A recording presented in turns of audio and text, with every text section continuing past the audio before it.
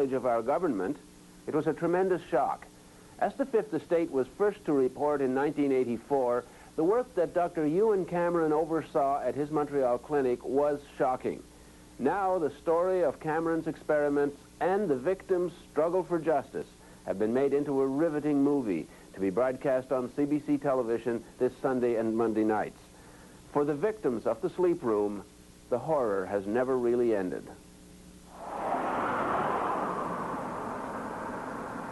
Even if you don't know the history of the Allen Memorial Institute in Montreal, it looks like a natural setting for a movie. A horror movie, maybe. But then, the truth about what happened to hundreds of psychiatric patients there a long time ago is a horror story. Okay, so we're en route, guys. A piece of Leon. And now, it has become a movie. A dramatized account of a bleak chapter in the history of Canadian psychiatry, produced by a former Fifth Estate documentary maker, Bernard Zuckerman. Literally could not make change for $1. I've got it. The central character in the TV movie is a world-renowned psychiatrist at the Allen in the early 60s. His name was Dr. Ewan Cameron. Dr. Cameron. It's the classic story of good turning to evil in its most simplistic terms. I mean, Dr. Cameron started off as someone who was probably one of the most enlightened psychiatrists in the country. But then something happened. And whatever happened, suddenly here is this enlightened doctor, this noble doctor, who begins doing more and more and more bizarre experiments on his patients to the point where he is destroying the minds of hundreds of people. These are the days, and ours are the occasions. Inspired by the exuberant post-war optimism in technology, Cameron thought he'd achieved a major scientific breakthrough: how to repair a damaged human mind. The media rejoiced, even coined a phrase which would become a tragically silly oxymoron: beneficial brainwashing. Linda MacDonald was a young mother with 5 children under the age of 5 when she started feeling low. Her family doctor knew just the man to make her better. I was tired, I was depressed, my back was hurting, and so he said to the children's father, why don't you go to Montreal and visit this Dr. Ewan Cameron, this famous man who has all of these accolades, and have an assessment. So we went. My medical file even says that I took my guitar with me. And that was the end of my life. Within 3 weeks, Dr. Cameron decided to call me an acute schizophrenic and shipped me up to the sleep room. How long did they put you to sleep for? I was in a coma for 86 days. 86 days of unbroken sleep. Yeah. Total comatose state. The theory was simple: erase a disturbed mind and start all over again. One of Dr. Cameron's colleagues at the time was Dr. Peter Roper. The aim, I think, really was to wipe out the patterns of thought and behavior which were detrimental to the patient, which were sick, and replace them with healthy patterns of thought and behavior. I think this may have been stimulated by the effects of the American prisoners of war in Korea, how they seem to have been brainwashed. And action. The movie, called The Sleep Room, dramatizes one technique for brainwashing: extreme sessions of electroshock therapy, massive jolts of electricity 3 or 4 times a day for weeks. According to her hospital records, Linda MacDonald had 100 of these treatments. She entered hospital for treatment of what we can now guess was postpartum depression. Her records show the results of shock and radical drug therapy. May 15th shows some confusion. June 3rd knows her name, but that's about all. June 11th doesn't know her name. I had to be toilet trained. I was a vegetable. I had no identity, I had no memory, I'd never existed in the world before. Like a baby. Just like a baby that has to be toilet trained. She eventually went home, her depression gone, and her entire previous life gone with it. And this is one of the twins. That was in '62 before I went to the Allen. And this is the same one, I think. I just look at the pictures and I know who that is, who they are, but I don't remember them as my children at all. I mean, I know that they came from my body, but there's no, that's all. I don't know, and that's because I was told that. So these are my children. Robert Logie was little more than a child himself when he was referred to Dr. Cameron. He was 18. He had a sore leg. His doctor thought it was all in his head and sent him to the Allen.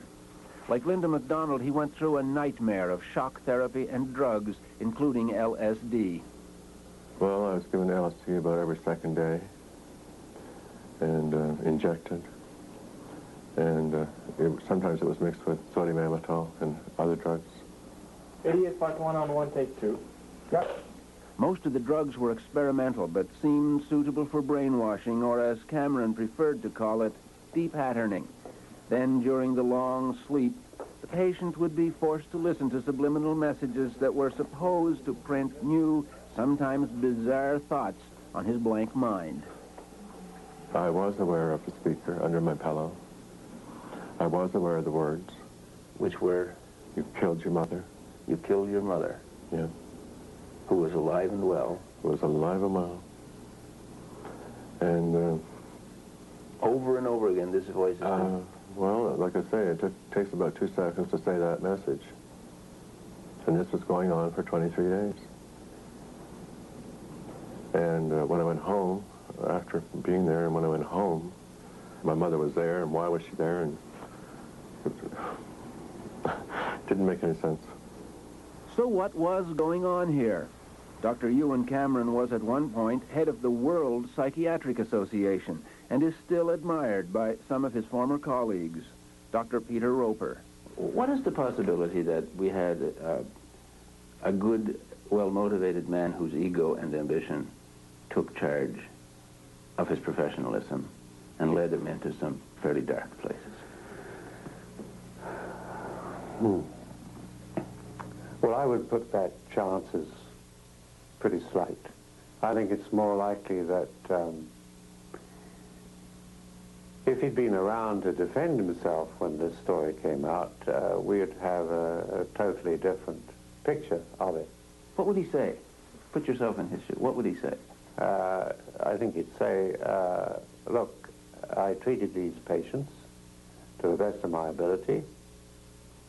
I didn't get all of them well, but most of them I got better than they were. A travesty, I agree. But in the movie, Dr. Cameron will not come off so well. They're your patients. Most of these people were discharged as cured. It accurately shows that many of his patients, inaccurately diagnosed as schizophrenics, were permanently damaged by his methods. Eventually, even Cameron had doubts about his experiments. He left the Allen in 1964, died of a heart attack 3 years later. By then, the hospital had quietly abandoned the experiments. Destroy these people for nothing. You can't just walk away from this, Cameron. It'll come out and it'll ruin you. You can't walk away. Nobody knows for sure exactly how many people Dr. Cameron and his colleagues exposed to the program of chemical and electroshock treatment they called de-patterning and psychic driving, a process which some experts have since called barbaric. But many years would pass before there would be any public or official acknowledgement of what those damaged patients had been through. It would take a dramatic disclosure in the late 70s that the Allen Memorial had been part of a Cold War program of brainwashing experiments, paid for in part by the CIA. Hidden among its most sensitive files were CIA records documenting a project called MKULTRA. Between 1957 and 1961, a CIA front funneled about $62,000 U.S. for brainwashing research by Dr. Ewan Cameron.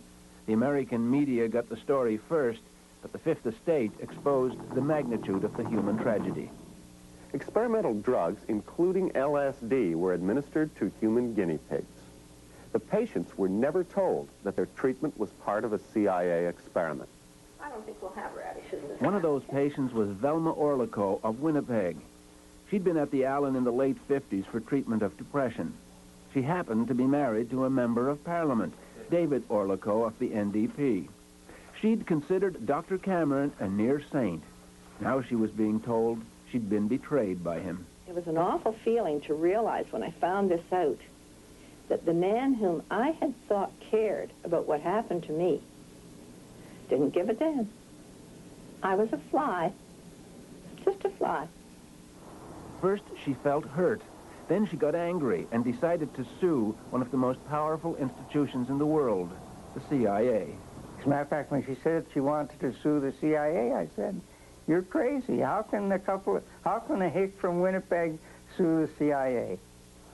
But she did, along with 8 other former patients, a massive lawsuit that would consume many years and become an obsession for a distinguished American civil liberties lawyer named Joseph Rao. Cameron, all he did was what the CIA was in effect asking him to do, and what he said he was going to do, and he did it. Rao and a young assistant named James Turner knew they were up against a formidable opponent in the CIA, but they thought the odds would be evened a bit by help from a natural ally.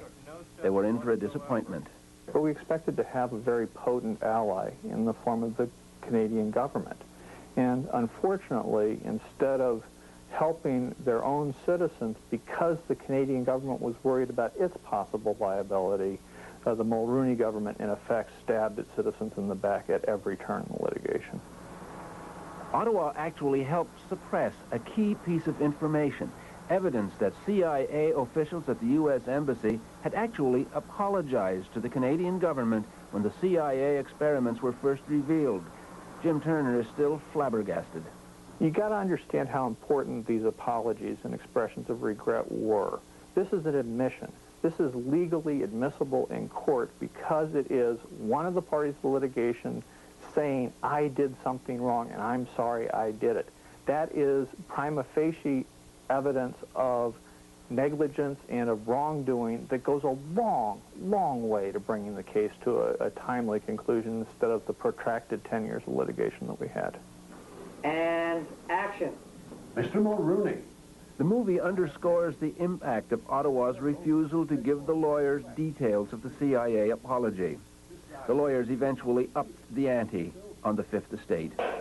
And action? Tonight on the Fifth Estate, startling revelations about the activities of the CIA in Canada. With the publicity wave gathering momentum and the strength of the victim's case becoming more apparent, the CIA caved in the day before the trial was to begin. They settled out of court for $750,000. At the time, it was the largest settlement the CIA had ever awarded, and it provides a dramatic finale for the movie. Because we made them. They couldn't beat us. We won. You write that down, mister. Producer Bernard Zuckerman says besides the financial terms, this was a major moral victory. Here you've got 9 little Canadian victims taking on probably the most powerful institution in America, the CIA, and these little Canadians, they win. They get the CIA to settle and give them money and, in effect, an apology saying what we did is wrong. The movie ends with a CIA settlement, but the story didn't end there. Troubling questions would persist, especially about the government of Canada. So why was Ottawa so ambiguous when it came to helping some Canadian citizens get compensation from Washington for what they endured in a program that was inspired mostly by American Cold War fears? Well, the answer was simple. The government of Canada was even more deeply involved in the Allen Memorial experiments than the Americans. Dr. Cameron's experiments were funded to the tune of $500,000 by the Federal Department of Health and Welfare during the 50s, and the funding didn't stop then. They kicked in over $51,000 after the CIA project ended in 1961, which was when a young, stressed-out mother named Linda MacDonald became part of the Allen Memorial story. When she discovered that her own government had been funding brainwashing experiments on her, she made a dramatic decision. You decided to take on the government of Canada. Oh, sure. Well, hey, considering what I'd already been through, that was a snap. You know, what else? Why not? It must have become obvious to you fairly quickly that you were ramming your head into a brick wall. Yes.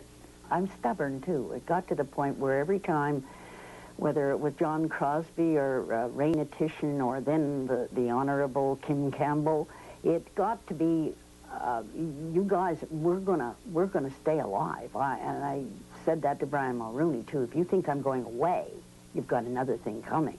I'm not going to go away. I finally discovered...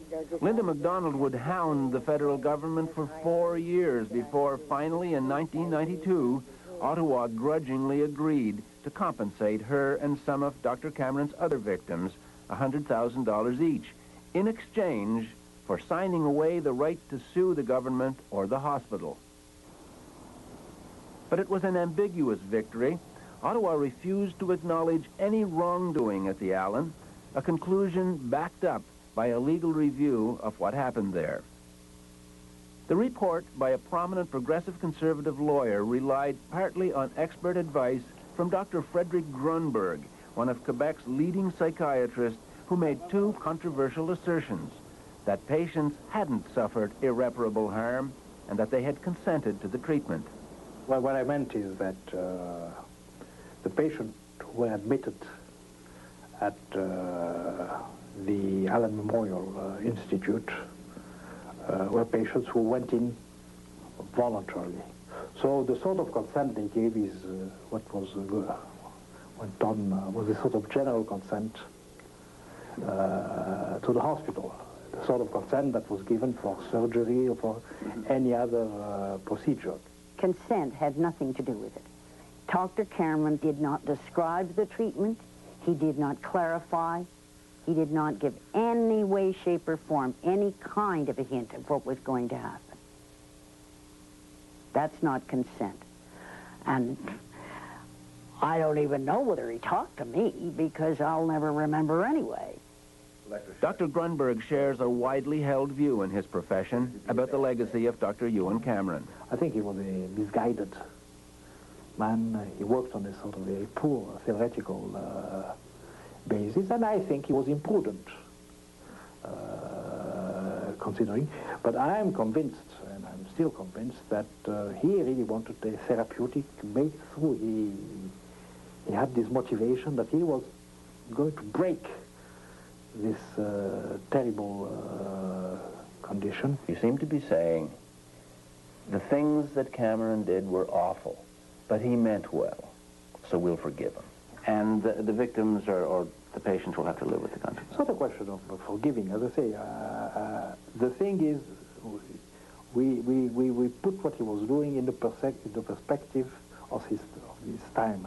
And a lot of awful things were going on. A lot of people are saying, considering the accepted practice and the science available at the time, this was an appropriate thing to do to you. What? It wasn't treatment, if that's what you're suggesting. It wasn't treatment for anything, not a toenail or anything. It was out and out guinea pigs for brainwashing experiments. That's what it was. It's been more than 33 years since the Allen put an end to the practices initiated by its most notorious doctor. It has recovered its world-class reputation as a leader in the treatment of mental illness. Dr. Peter Roper was dismissed from the Allen 2 years after Dr. Cameron left. One of the reasons, he insisted on following Dr. Cameron's technique. You argued strenuously to continue the depatterning of your patients. Well, I felt that I had a duty to my patients to give them the best possible treatment. And if there were some that were not responding to any other form of treatment, the only thing left was depatterning for them, then I felt that should be done. You sound almost nostalgic for the 50s and 60s. Oh, no, it's not nostalgia. It's a question, I think, that bothers a lot of doctors, but it's rather sad if they're prevented from having that treatment because of administrative political or other reasons which had nothing to do with good medical practice. For Linda MacDonald, good medical practice in 1963 turned an emotional crisis into a horror that would haunt a lifetime. Here we are. This feels strange. This spring, she returned to the Ottawa High School, where she graduated in 1957.